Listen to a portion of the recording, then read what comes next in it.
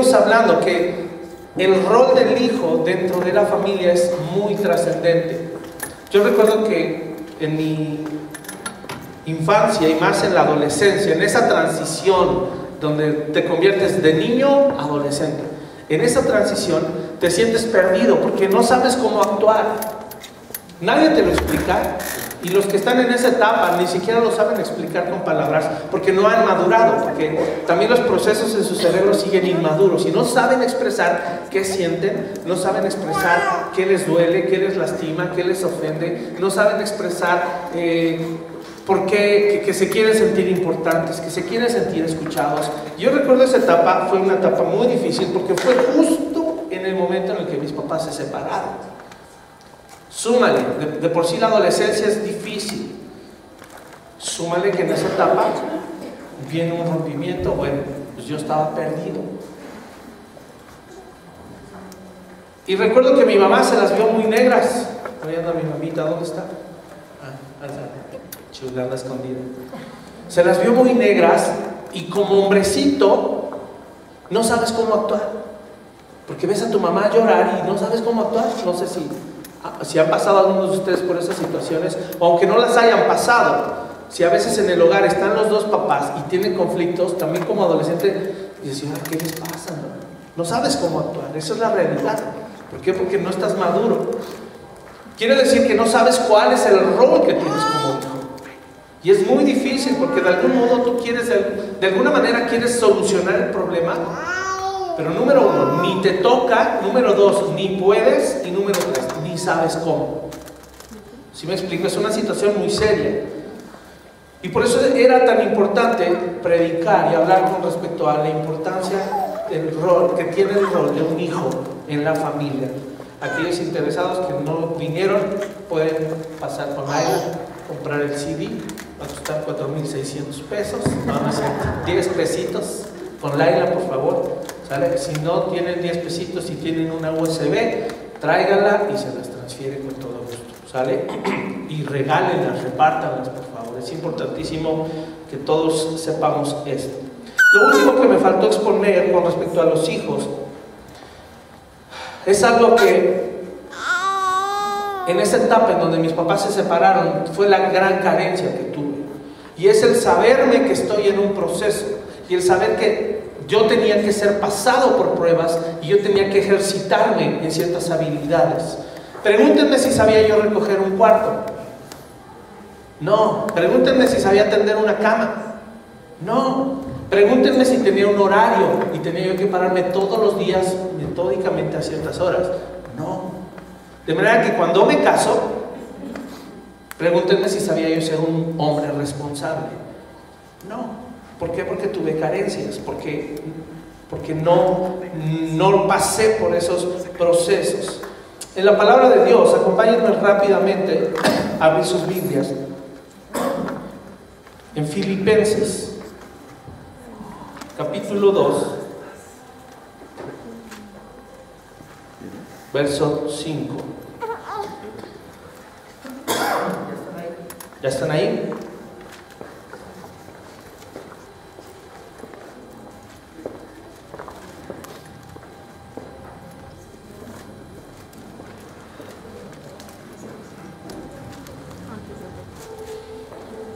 Dice así: haya pues en ustedes este sentir que hubo también en Cristo Jesús, el cual, siendo en forma de Dios, no consideró el ser igual a Dios como cosa a que aferrarse, sino que, ¿qué hizo? Se despojó a sí mismo, y dice que tomó, ¿qué forma? Él era Dios, escucha esto, en el cielo Él era Dios. Y Él decidió despojarse de esa divinidad y hacerse siervo. No solo siervo, se hizo hombre también, porque bajó aquí a la tierra, ¿cierto? Lo sabemos. Baja aquí a la tierra y toma forma de siervo. Y dice que se hizo, ¿qué? Semejante a los hombres. Y estando en forma de hombre, se humilló a sí mismo, haciéndose, ¿qué? Obediente. Escucha esta palabra. Haciéndose obediente. ¿Hasta cuándo?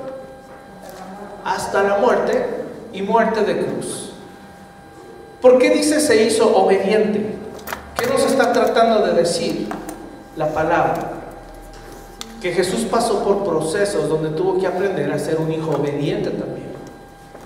Jesucristo, como el Hijo de Dios, dice que Él tuvo que aprender obediencia y Él fue procesado también y Él tuvo que tomar decisiones. Él pudo haber decidido no morir, no sé si tú sabías eso. Jesús pudo haber decidido yo no voy a morir, pero Él decidió obedecer. El momento clave fue en el huerto de Getsemaní, cuando antes de que lo aprendieran y lo llevaran a ese martirio que sufrió, dice que Él estaba en el huerto orando. ¿Qué decía en esa oración Jesús?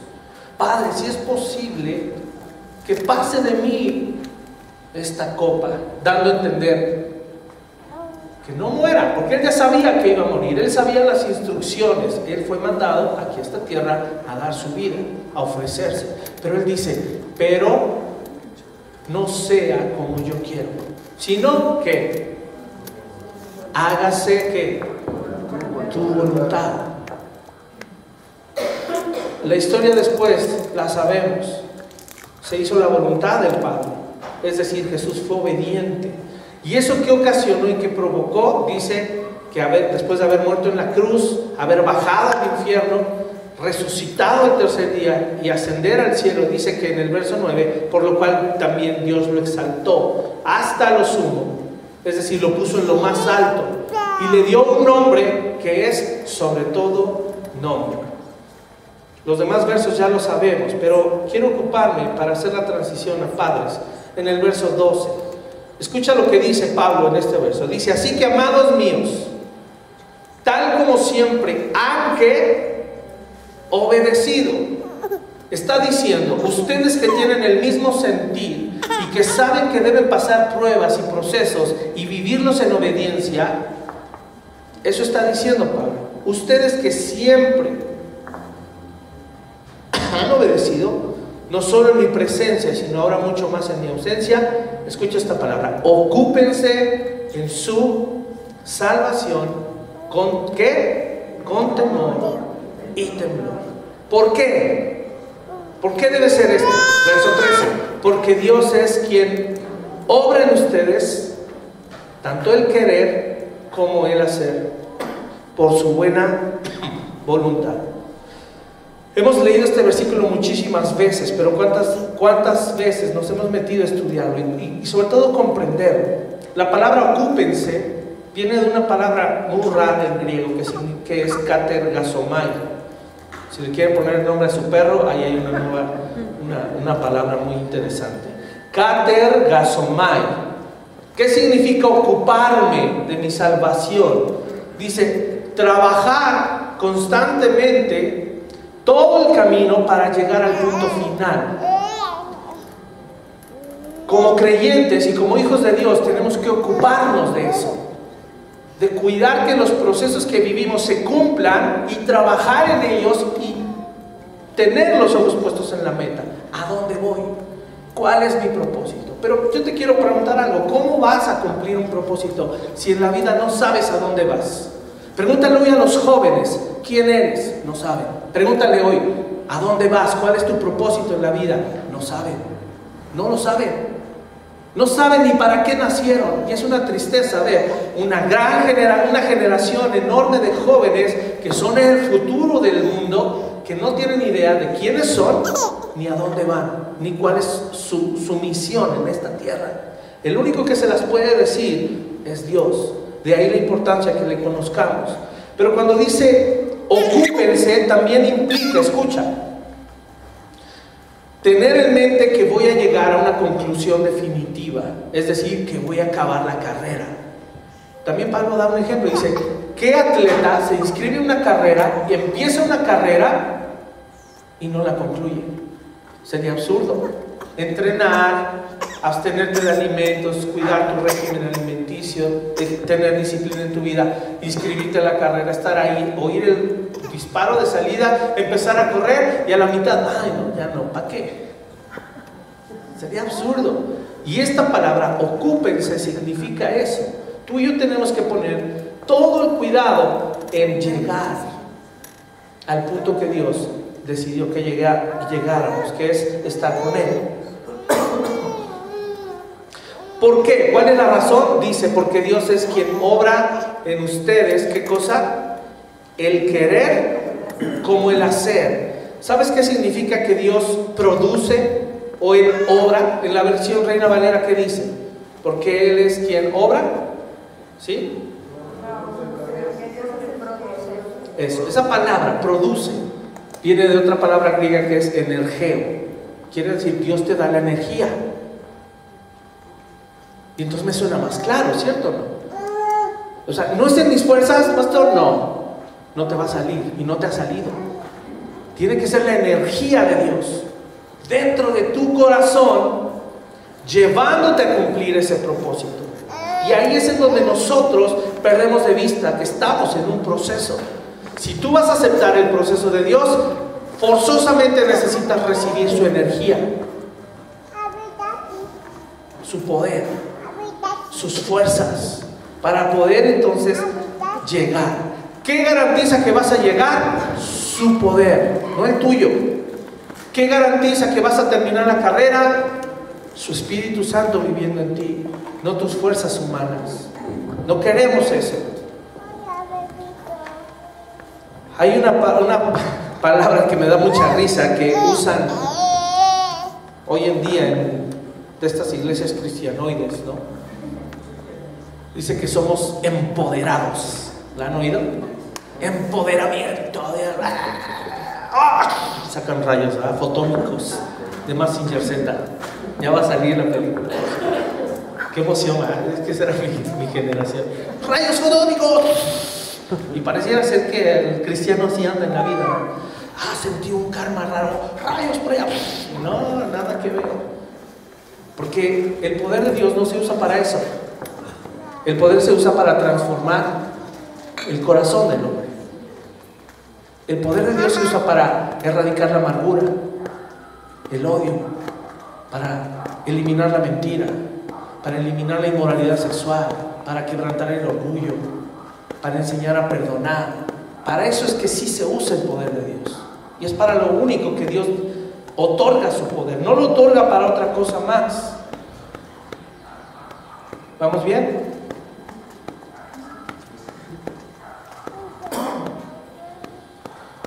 Pero sí significa esta palabra energeo, empoderamiento. Entonces démosle el uso correcto. Podría ser un sinónimo de recibir la energía o el poder de Dios. Quiere decir, Él deposita su poder en ti y estás empoderado. Es como cuando alguien te firma un poder. ¿Para qué sirve ese poder? Tienes facultad y tienes autoridad de hacer ciertas cosas, ¿sí o no? Entonces significa exactamente lo mismo esa palabra.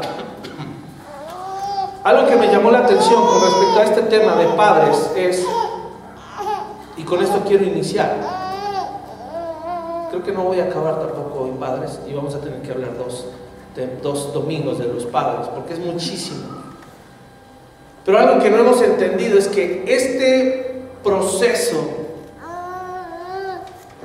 de ocuparnos en nuestra salvación con temor y temblor es una responsabilidad personal como hijos de Dios, pero es una responsabilidad que Dios comparte con los padres.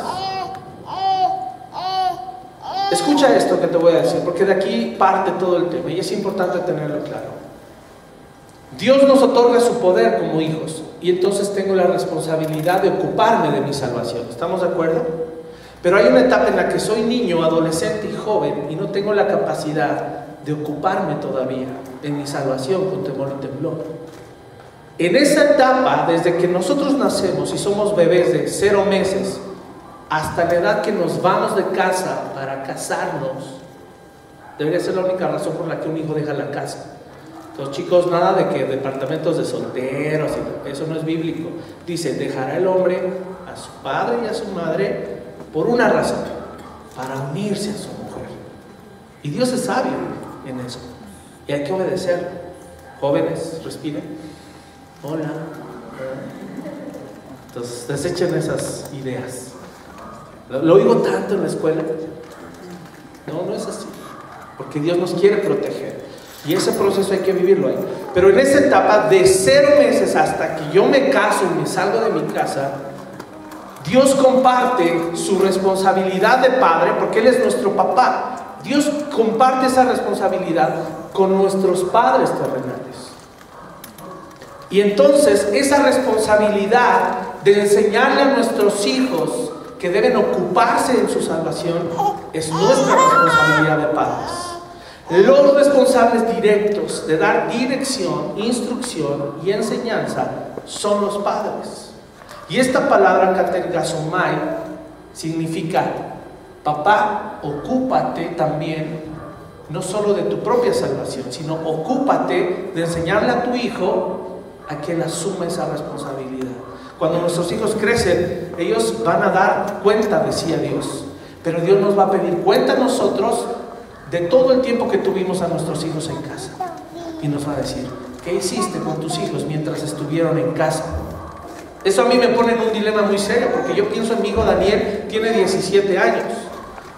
Y no puedo pensar ya en los 17 años, porque esos ya pasaron. En lo que tengo que pensar es en los pocos años que me quedan, que él va a estar conmigo y que va a ser, porque aparte se quiere casar joven.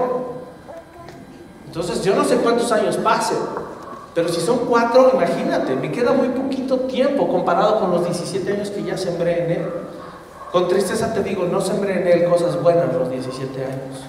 Entonces, ¿qué urgencia como papás debemos tener? ¿Y con qué urgencia debemos asumir este reto y este llamado de darles dirección, de instruirlos y enseñarles mientras pasan tiempo con nosotros? Proverbios 1, del 2 al 8, lo voy a leer. Proverbios, ¿quieres ser buen padre? Lee Proverbios. Ahí está colmado de consejos para cómo ser un buen padre. Y lo escribió nada más y nada menos que el hombre más sabio que ha existido en esta tierra.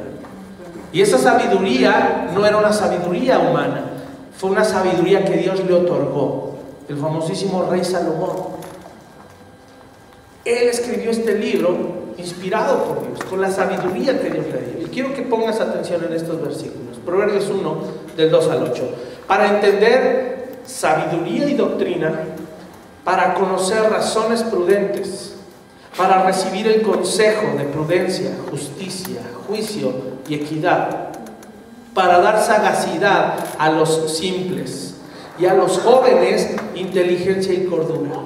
Oirá el sabio y aumentará el saber, el entendido adquirirá consejo, para entender proverbio y declaración, palabras de sabios y sus dichos profundos. Este es famoso, muy famoso el versículo.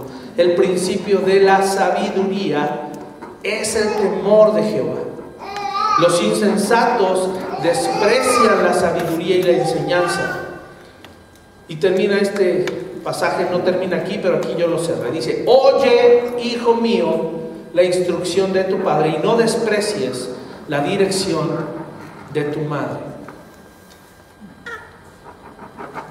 Lo que está diciendo en esta introducción al libro de Proverbios es que la vía correcta para aprender a ser sabios, la vía correcta para ser prudentes, la vía correcta para aprender a ser justos, equitativos, para ser inteligentes, dice jóvenes, para ser inteligentes y cuerdos.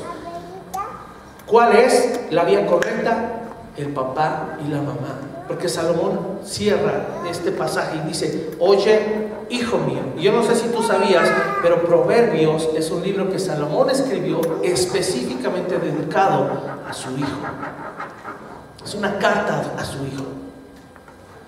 Si tú estuvieras a punto de morir y tuvieras la oportunidad y Dios te dice: te voy a dar 2 horas para que le escribas a tu hijo, ya no lo puedes ver, ya estás a punto de morir y él no va a llegar a verte, pero te voy a dar la oportunidad de vivir 2 horas más. Aquí está una hoja y un papel.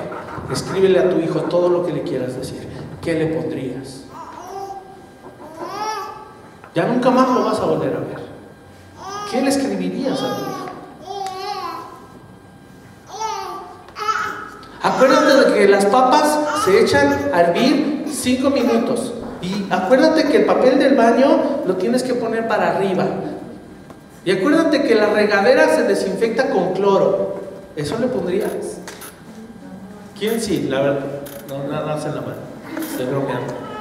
¿Qué le pondrías? ¿Qué le escribirías? Porque estamos hablando de dejar una marca, una huella en su corazón que va a trascender para siempre. ¿Sabes qué ha pasado en nuestra cultura?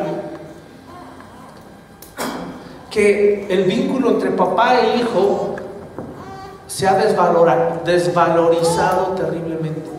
Ya no hay un valor. Ya no hoy los jóvenes ni los padres encuentran un valor en tener un vínculo con sus hijos. No les es valioso pasar tiempo con sus hijos. No valoran el poder hablar con ellos. No es hoy valioso, tristemente, por nuestra cultura. Y si algo hace falta sembrar en esta generación es el temor a Dios. Porque dice que el principio de la sabiduría es el temor a Dios. Ahora, muchos dicen, es que la palabra temor no significa miedo, significa reverencia. Yo quiero que aprendamos qué es el temor a Dios, porque lo hemos oído tanto y la palabra sí enseña tanto con respecto al temor a Dios. Y voy a usar algunos ejemplos importantes. Si me vas preparando los videitos, los tres corridos. El primero es el último.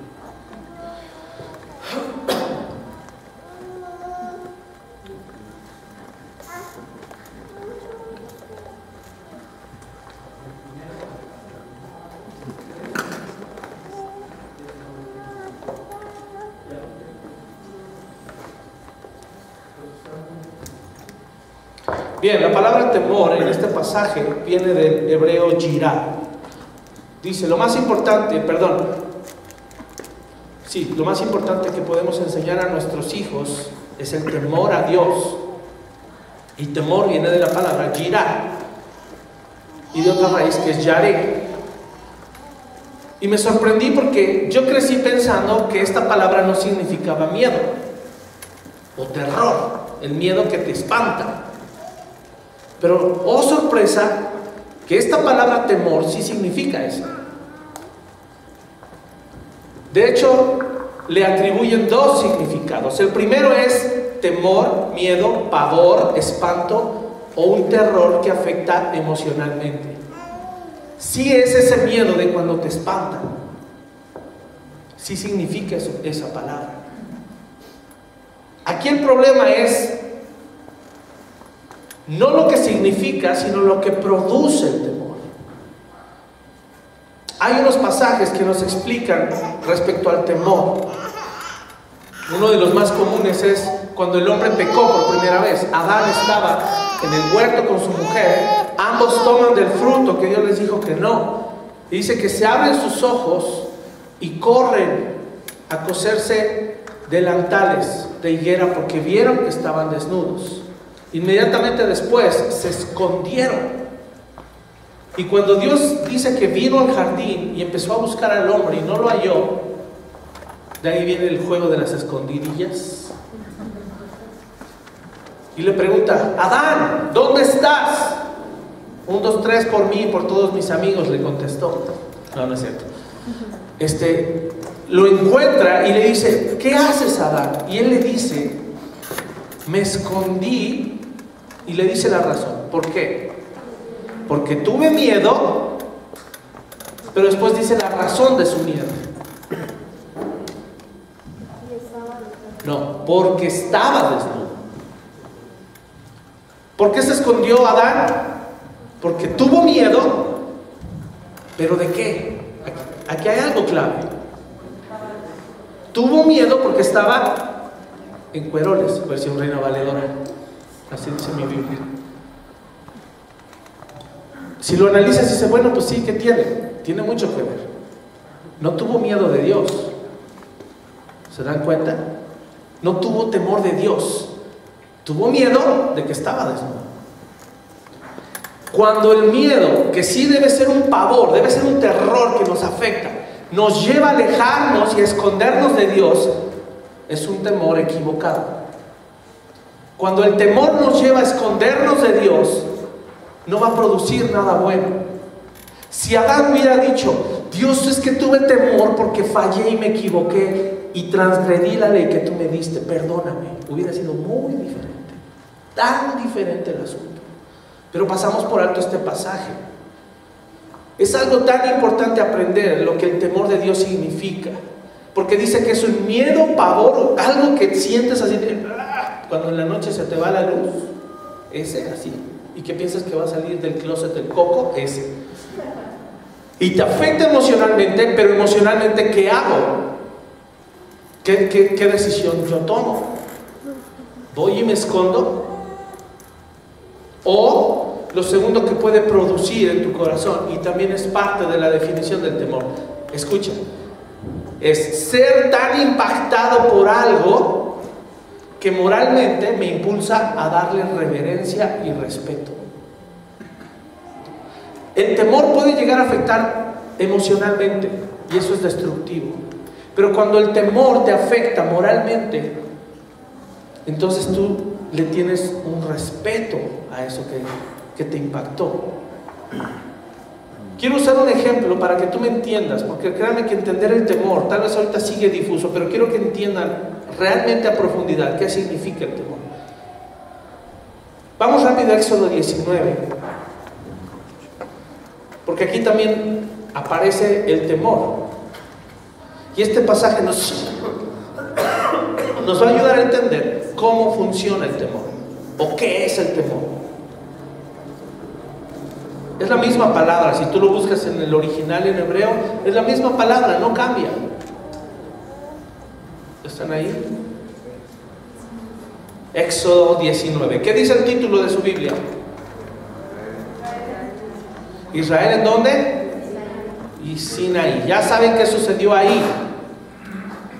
El pueblo de Israel salió de Egipto, Dios los liberó con grandes pruebas y señales, ¿sí o no?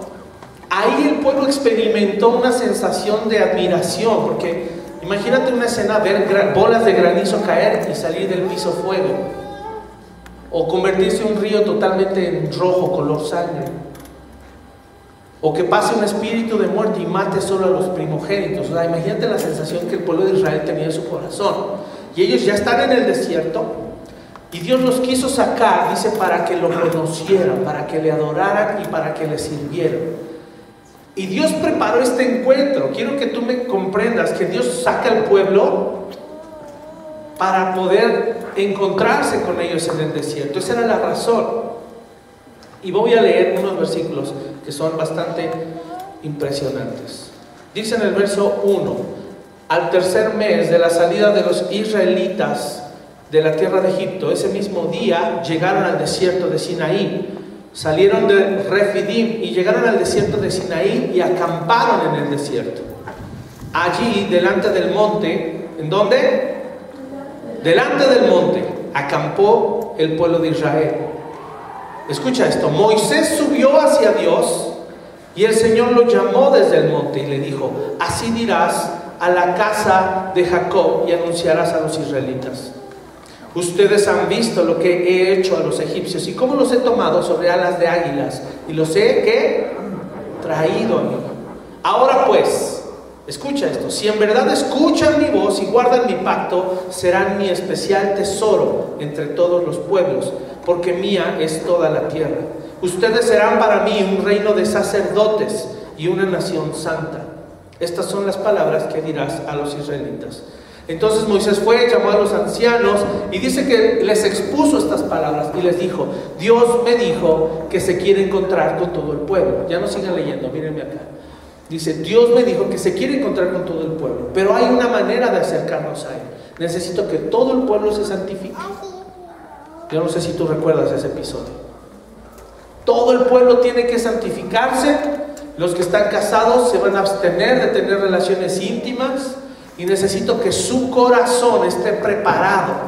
¿Para qué? ¿Para qué se iban a preparar? ¿Para qué se iban a santificar? ¿Cuál era la razón? Fuerte, no se oye. Ayúdenme, participen. Para encontrarse con Dios. ¿En dónde era el punto de encuentro? ¿Cuál era el punto de encuentro que Dios preparó con ellos? Era el monte. Vamos a leer el versículo 11. Dice: Ve al pueblo y conságralos hoy y mañana, y que laven sus vestidos, que estén preparados para el tercer día, porque al tercer día el Señor descenderá a la vista de todo el pueblo sobre el monte Sinaí. Pondrás límites alrededor para el pueblo. Escucha esto, por favor, pon mucha atención. Pondrás límites. ¿Qué es un límite? Hasta ese punto. Cualquiera que toque el monte ciertamente morirá. Ninguna mano lo tocará, sino que morirá apedreado o a flechazos. Sea animal o sea hombre, no vivirá. Pero quiero que pongas atención en la siguiente frase. Cuando suene largamente la bocina, ¿ellos qué? Subirán al monte. Había un límite, pero ese límite se podía pasar ¿cuándo? ¿Sí están poniendo atención? Eso. Cuando la bocina sonara, el límite desaparecía y ellos podían subir. ¿Cierto o no? Pon mucha atención en estas palabras. Estoy tomando tiempo porque de verdad creo importante, y ahorita el Señor lo pone en mi corazón, el poder comprender esta imagen. Dice en el verso 14 que Moisés bajó al monte al pueblo y santificó al pueblo y lavaron sus vestidos. Y entonces Moisés dijo al pueblo: estén preparados para el tercer día, no se acerquen a mujer. Y aconteció que al tercer día, cuando llegó la mañana, ¿qué hubo? Truenos y relámpagos y una densa nube sobre el monte y un sonido tan fuerte de trompeta que hizo temblar ¿a quién? A todo el pueblo que estaba en el campamento. Entonces Moisés sacó al pueblo del campamento para ir al encuentro de Dios. ¿Y ellos qué? Se quedaron ¿dónde? Mi pregunta es: ¿por qué se quedaron al pie del monte? Ese era el límite, ¿no? No. ¿Ya se había cumplido la condición de la trompeta? Ya. Claro, sí, es esa palabra de terror. O sea, me da pavor ver la imagen y la escena. Pero acuérdate que yo te dije que el temor tiene dos partes. El temor que afecta emocionalmente y hace y provoca que te alejes. O el temor que produce algo moral en ti que te hace reverenciar y tenerle respeto. Son dos cosas diferentes. ¿Qué temor tuvo el pueblo? El primero. Porque Dios les dijo: en cuanto escuchen la trompeta, suban. Te quiero dar a poner los agarró desprevenidos. Hubiera sido diferente a que Moisés los agarrara. A ver, vamos todos antes. Y él dijera: Dios, ya estamos aquí, ¿no? Ya estamos listos. No, dice que estaban en el campamento. Y de repente dice que moles, esa escena impresionante. Ahora, hemos perdido de vista y creo que somos bien poco imaginativos. Yo te quiero ayudar con la imaginación. Te quiero poner unos videos que simulan esta escena. ¿Cuántos se la pueden imaginar? Te quiero decir que esta escena realmente ha ocurrido. Y ha ocurrido muchas veces. Una escena muy similar de cómo es o cómo sería esta escena. O sea que imagínate que ahorita somos el pueblo de Israel. ¿Vale? Vamos a hablar como Abro Arra Shabbat. Shalom. Shalom. Imagínate que somos hebreos. Imagínate. Y estamos en nuestro campamento. Y al fondo está el monte Sinaí. ¿Okay? Y de repente, fíjate, vamos a ver esta escena. Házmelo grandecito. Vemos esta escena. ¿Qué hay ahí atrás? Un monte que empieza, dice, a humear. En otro pasaje de la Biblia, bájale al volumen, por favor, quítaselo. O déjalo muy bajito. En otro pasaje de la Biblia dice que salía del monte una nube como de un horno. Es esta imagen. Después de eso, dice que hubo truenos, relámpagos y Dios bajó en fuego. Ahorita la escena va a cambiar y quiero que veas eso. Esa es la imagen. Cierra ese cuadro verde, Anita, por favor. Tiene un tache ahí. ¿Qué hay ahí? Humo, truenos, fuego, y no estamos cerca para escuchar el sonido. Pero, o sea, te quiero dar a entender que estaban a menos de 2 kilómetros. ¿Cómo crees que se ha de haber escuchado esa escena? Y que Dios te dice, cuando escuches la trompeta, subes. ¿Cuántos hubieran subido, la neta? ¿Por qué? Si Dios te está diciendo que se quiere encontrar contigo, te sacó del pueblo como un padre y como un águila en sus alas. ¿Por qué no? Fíjate esa escena. Literalmente es esa escena. O sea, yo no encuentro algo similar. Dice que salía como un horno, humo, truenos, relámpagos, fuego. ¿Cuántos subirían? Ponme otro, hay otro, ¿no? La verdad, ¿cuántos subirían? Yo tampoco, chócalas. Ay, pastor, qué poca fe tiene. Yo sé, mangos. Ven, estar arriba en el popo y empieza la tronadera. Mira, córrele, mi rey. O sea, no seas choro. No, ve. Esa escena, otra vez regresa. Así empezó. Ahí solo le falta el regresar otra vez. Fíjate eso, esa escena. Y tú y yo ahí abajo y falta el fuego.